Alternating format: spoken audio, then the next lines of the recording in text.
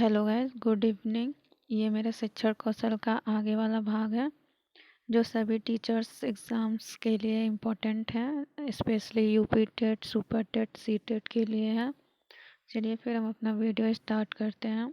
कुछ दिन थोड़ा गैप हो गया था, सॉरी, लेकिन मैं पूरा नोट्स रखी हूँ, मैं कंप्लीट करा दूँगी जैसे जैसे जितना ज़्यादा मुझे अचीव मिलेगा वीडियो पे भी।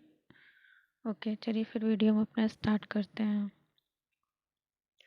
जिन लोगों के पास कुछ वर्षों का शिक्षण कार्य अनुभव हो उनके लिए भी 1 वर्ष का अल्पकालीन शिक्षण प्रशिक्षण जरूरी है।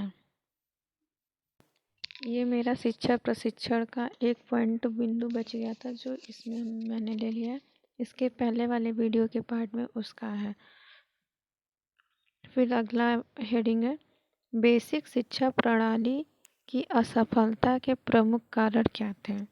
इसमें पॉइंट दिया है योग्य शिक्षा का अभाव, विद्यालय के खर्चे को वहन करने के लिए धन का अभाव, सरकार की उदासीनता और अगला पॉइंट क्या है शहरी क्षेत्रों के लिए अनुपयुक्त। फिर अगले पॉइंट पे चलते हैं। अगली हेडिंग क्या है माध्यमिक शिक्षा आयोग। क्या है माध्यमिक शिक्षा आयोग।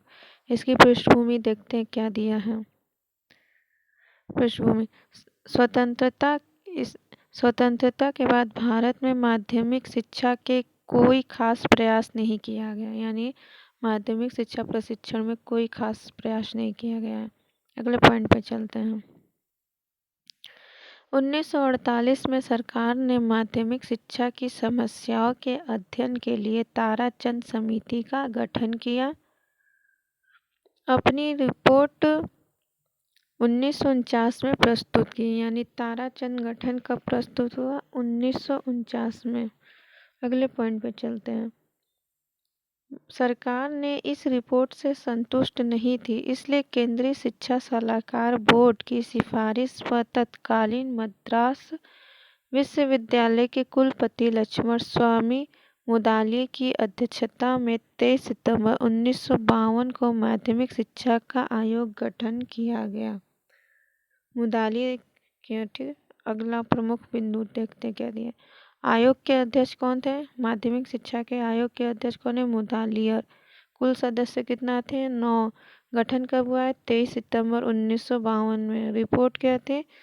रिपोर्ट कब दिया गया था 19 अक्टूबर 1953 में। विस्तार 250 पेज 15 भागों में। ठीक है, प्रमुख सिफारिशें देखते हैं क्या क्या था। प्रशासनिक सुधार। इसमें क्या है पहला पॉइंट केंद्रीय शिक्षा सलाहकार बोर्ड की तरह राज्यों में राज्य शिक्षा सलाहकार बोर्ड स्थापित करना, यानी केंद्र में जो सलाहकार बोर्ड है उसी तरह से राज्य में भी एक सलाहकार बोर्ड स्थापित करना था। ये सिफारिश थी। अगले पॉइंट पे देखते हैं क्या था। जिन राज्यों में माध्यमिक शिक्षा बोर्ड न बने हो वहाँ इनकी स्थापना की जाए। ठीक है, अगला पॉइंट क्या है शिक्षा निदेशक का पद शिक्षा मंत्री को सलाह देना, अतः यह पद ज्वाइंट सेक्रेटरी के बराबर हो। अगले पॉइंट पर चलते हैं। व्यक्तिगत विद्यालयों का प्रबंधन कंपनीज अधिनियम के अंतर्गत पंजीकृत समितियों द्वारा हो। अगले पॉइंट में क्या लिखा है तकनीकी शिक्षा के लिए प्रत्येक राज्य में तकनीकी शिक्षा बोर्ड स्थापित हो जो अखिल भारतीय तकनीक शिक्षा परिषद AICTE के निर्देशन में कार्य करें। वित्तीय सुधार। वैसे माध्यमिक शिक्षा की जिम्मेदारी राज्यों पर है, फिर भी केंद्र सरकार आर्थिक मदद दे। ठीक है, अगले पॉइंट में क्या है माध्यमिक स्कूलों को दिया जाने वाला दान कर से मुक्त हो। माध्यमिक स्कूल स्थापित करने के लिए सरकार निःशुल्क भूमि की व्यवस्था करे। अगले पॉइंट में क्या लिखा है माध्यमिक स्तर पर तकनीकी शिक्षा के लिए उद्योगों पर कर लगाया जाए। माध्यमिक शिक्षा का संगठन। माध्यमिक शिक्षा प्राथमिक शिक्षा बेसिक जूनियर के बाद शुरू हो। इसमें अगले पॉइंट में क्या है यह शिक्षा 11 वर्ष की उम्र में शुरू होकर 17 वर्ष तक उम्र तक चलने वाली 7 वर्षीय शिक्षा हो। इसमें अगले पॉइंट में क्या दिखा है, इसमें 2 भागों में बांटा गया है। 3 वर्षीय माध्यमिक शिक्षा यानी सीनियर बेसिक, और दूसरा क्या है 4 वर्षीय उच्च माध्यमिक शिक्षा। कुल मिलाकर 7 वर्ष हो गए। अगले पॉइंट पर चलते हैं। वर्तमान इंटरमीडिएट कोर्स को ख़त्म करके 11वीं कक्षा को माध्यमिक शिक्षा से जोड़ दिया जाए तथा 12वीं कक्षा को डिग्री कोर्स से, इस तरह से स्नातक 3 वर्ष का कोर्स हो जाएगा। यानी वर्तमान में जो इंटरमीडिएट का कोर्स था उसमें 11वीं कक्षा को माध्यमिक में जोड़ने को बोला गया और 12वीं कक्षा को डिग्री कक्षा कोर्स में जोड़ने को कहा गया। इस वजह से 3 वर्ष का कोर्स हो जाएगा। अगले पॉइंट पे चलते हैं। ग्रामीण क्षेत्रों के माध्यमिक विद्यालयों में कृषि शिक्षा पर खास जोर दिया जाए। बड़े शहरों में पॉलिटेक्निक कॉलेज खोले जाएं ताकि कुशल कामगारों की ज़रूरत पूरी की जा सके। मुदालियर आयोग, देखिए इसमें क्या दिया गया है। मुदालियर आयोग में पाठ्यक्रम निर्माण के सिद्धांत, समूह केंद्रितता या जीवन से जुड़े होने का सिद्धांत। अगले पॉइंट में क्या है, अंतः संबंध का सिद्धांत, विविधता एवं लचीलापन का सिद्धांत, अनुभव की पूर्णता का सिद्धांत, अवकाश के सिद्धांत, करके सीखने का सिद्धांत। मुदालियर आयोग में ये पॉइंट है। पाठ्यचर्या, सीनियर बेसिक उच्च प्राथमिक 6 से 8 तक, मातृभाषा हो, राष्ट्रभाषा हो, अंग्रेजी हो, मतलब पाठ्यचर्या का मतलब विषय वस्तु क्या क्या होनी चाहिए। तो मातृभाषा होनी चाहिए, राष्ट्रभाषा होनी चाहिए, अंग्रेजी, सामाजिक विज्ञान, गणित, सामान्य विज्ञान, और ये है कला एवं संगीत, हस्तशिल्प। ये सब इतनी सारी सब्जेक्ट होना चाहिए पाठ्यचर्या में उच्च प्राथमिक शिक्षा में। अब चलते शारीरिक, ये भी शारीरिक शिक्षा।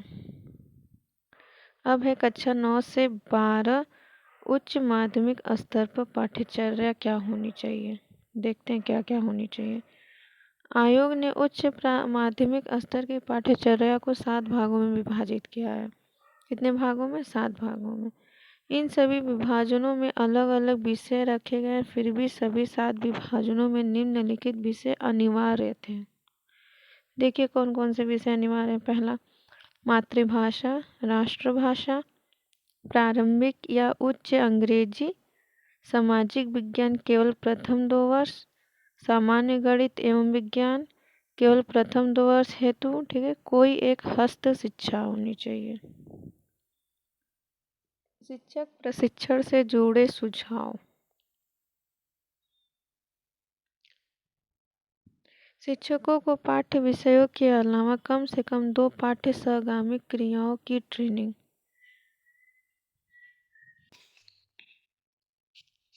शिक्षकों के वेतन को महंगाई को ध्यान में रखते हुए समय समय पर विशेष समिति द्वारा परिवर्तन किया जाए। अगला पॉइंट क्या है, शिक्षकों को पेंशन, बीमा तथा पीएफ की सुविधा दी जाए। शिक्षकों को वर्ष में कुछ वैतनिक अवकाश दी जाए तथा मुफ्त चिकित्सा सुविधाएं दी जाए। अगले पॉइंट पर क्या है, सरकारी शिक्षकों को प्राइवेट ट्यूशन की स्वीकृति न दी जाए। कुछ अन्य सुझाव, माध्यमिक स्कूलों में एक हस्तशिल्प की शिक्षा दी जाए, ठीक है।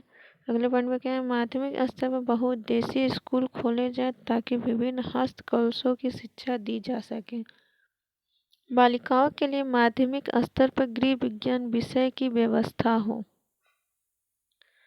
बालिका विद्यालय अलग से खोले जाए, जहां ऐसी व्यवस्था संभव न हो वहां शिक्षा की व्यवस्था की जाए, ठीक है। कोठारी आयोग बहुत इम्पोर्टेंट है सुपर टेट के लिए, इसे आप लोग ध्यान से देखिएगा। इसकी पृष्ठभूमि क्या है, राधा कृष्ण आयोग की सिफारिशें मुख्यतः विश्वविद्यालय शिक्षा से जुड़ी होती है, ठीक है। अगली पॉइंट क्या, किससे ये जुड़ा था, राधा कृष्ण आयोग की सिफारिशें। माध्यमिक शिक्षा आयोग के ज़्यादातर सुझाव माने गए, लेकिन कुछ राज्यों ने ही इसके सिफारिशों को अपनाया, ठीक है। अर्थात अभी भी राष्ट्रीय स्तर पर शिक्षा के पुनर्गठन या शिक्षा के लिए राष्ट्रीय नीति तैयार करने का कार्य किसी आयोग ने नहीं किया गया। अगले पॉइंट क्या है? इन सभी मुद्दों को ध्यान में रखते हुए कोठारी आयोग या राष्ट्रीय शिक्षा आयोग का गठन हुआ। चलिए अब इसका प्रमुख बिंदु मतलब कोठारी आयोग कब स्थापित किया गया देखते हैं। प्रमुख बिंदु थे, गठन कब है? 14 जुलाई 1964। अध्यक्ष कौन है? दौलत सिंह कोठारी तत्कालीन विश्वविद्यालय अनुदान आयोग के अध्यक्ष थे। ठीक है। कुल सदस्य 17 अध्यक्ष थे। उद्घाटन 2 अक्टूबर 1964 के दिल्ली के विज्ञान भवन में शिक्षा एवं राष्ट्रीय प्रगति। ठीक है। प्रतिवेदन 29 जून 1966। लगभग विस्तार इसका कहाँ है? 700 पेज 300 भाग में है। ये इसका नीचे करके ऐसे लिखा है। ठीक है। लगभग 700 पेज 3 भाग में इसका विस्तार है। प्रतिवेदन कब है? 29 जून 1966 1964 के दिल्ली के विज्ञान भवन में। ओके। उपनाम राष्ट्रीय शिक्षा आयोग इसका उपनाम था। राष्ट्रीय शिक्षा आयोग के प्रमुख सुझाव, एनसीईआरटी को अखिल भारतीय स्तर पर शिक्षा की जिम्मेदारी की जाए। ठीक है। अगला पॉइंट, केंद्रीय शिक्षा सलाहकार बोर्ड CABE को ज़्यादातर अधिकार दिया जाए। शिक्षा को राष्ट्रीय महत्व का विषय माना जाए तथा केंद्रीय सरकारें शिक्षा में परिवर्तन के लिए राष्ट्रीय शिक्षा अधिनियम लाए तथा राज्य सरकार राज्य शिक्षा अधिनियम लाए। ठीक है। अगले पॉइंट पर चलते हैं। भारतीय शिक्षा सेवा इंडियन IESF उन्हीं व्यक्ति का चयन हो जिन्हें शिक्षण का अनुभव हो। ठीक है। वित्तीय सुझाव क्या है देखते हैं। केंद्र सरकार अपने बजट का 6% धन शिक्षा पर खर्च करे। राज्य सरकारें भी बजट का 6% धन शिक्षा पर खर्च करें। ठीक है। वित्तीय सुझाव में ये है, प्राथमिक शिक्षा की विभिन्न जिम्मेदारियां राज्य अपने क्षेत्र में स्थानीय निकायों जैसे नगर पालिकाओं, ग्राम शिक्षा समितियों को सौंपें। व्यक्तिगत स्रोतों से अधिक धन जुटाने का प्रयास किया जाए। नियोजन संबंधी सुझाव, इसमें देखिए क्या दिया हुआ है। शिक्षा के लिए योजना निर्माण केंद्र एवं राज्य स्तर पर अलग अलग हो। विद्यालय शिक्षा के लिए योजना निर्माण राज्य सरकार एवं स्थानीय निकाय करें, जबकि उच्च शिक्षा के लिए योजना निर्माण केंद्र एवं राज्य सरकारें मिलकर करें। अध्यापकों के लिए सिफारिश, देखिए इसमें क्या दिया है। सरकार शिक्षकों के लिए न्यूनतम वेतन निश्चित करे। ठीक है। सरकार शिक्षकों के लिए न्यूनतम वेतन निश्चित करे। विश्वविद्यालय और महाविद्यालय के शिक्षकों के वेतनमान में पर्याप्त वृद्धि और शिक्षकों को अन्य सरकारी कर्मचारियों की तरह महंगाई भत्ता DA दिया जाए। प्रत्येक 5 वर्ष बाद शिक्षकों के वेतनमान को सुधारने के लिए वेतन आयोग लाया जाए। शिक्षकों के पद पर योग्य व्यक्ति लाया जाए। जरूरत पड़ने पर अग्रिम वेतन वृद्धि या उच्च वेतनमान भी लागू किया जा सकता है। शिक्षा के सभी स्तरों पर महिला शिक्षकों की नियुक्तियों पदोन्नति का आधार वरीयता न होकर योग्यता एवं कुशलता हो। आज के लिए इतना ही, आगे इसके क्लास में। Okay, thank you.